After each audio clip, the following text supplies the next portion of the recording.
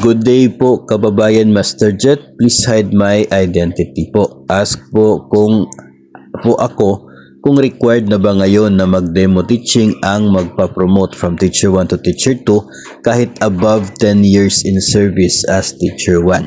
So, unang-una, meron po tayong dalawang paraan ng pag-promote ng Teacher 1 to Teacher 2. Isa po dyan ay through reclassification.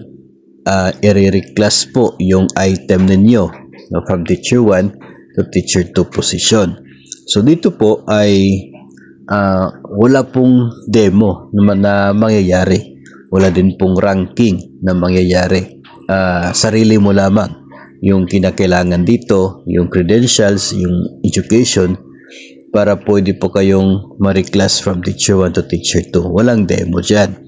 Pero kung natural vacancy po, no, mayroon pong natural vacancy at ina-applyan po ng mga Teacher 1 para ma-promote sila doon sa nabakante na Teacher 2. Either new item or iniwan ng isa pong Teacher 2, no, na pwede nag-resign o nag-retire or namatay yung Teacher 2. Kaya tinatawag siya na natural vacancy. So nabakante yung item niya. Ngayon, siya po, yung item na ito ay a-applyan ng mga Teacher 1. At sa kasalukuyan, meron po tayong DepEd Order number 20, Series of 2024. Nandoon po yung guidelines para sa promotion to higher positions, no? Teacher 2, Teacher 3, hanggang sa Master Teacher 5, no? Yung tinutukoy po ng DepEd Order na yon. So, yun po yung susundin. Ngayon, isa po doon sa scores doon at sa process na gagawin dito po sa true natural vacancy, of course ay irarank yung mga applicants. And isa po doon sa scoring po doon is part po, no, ito pong demo teaching, no. Of course, kinakailangan po na ma-observe, makita at may meron pong grado na binibigay. So, pwede nyo pong i-check yung DepEd Order number 20, Series of 2024. Bago lamang po, no, na nailabas ang DepEd Order na yon, and yun na po yung gagamitin para sa mga bago na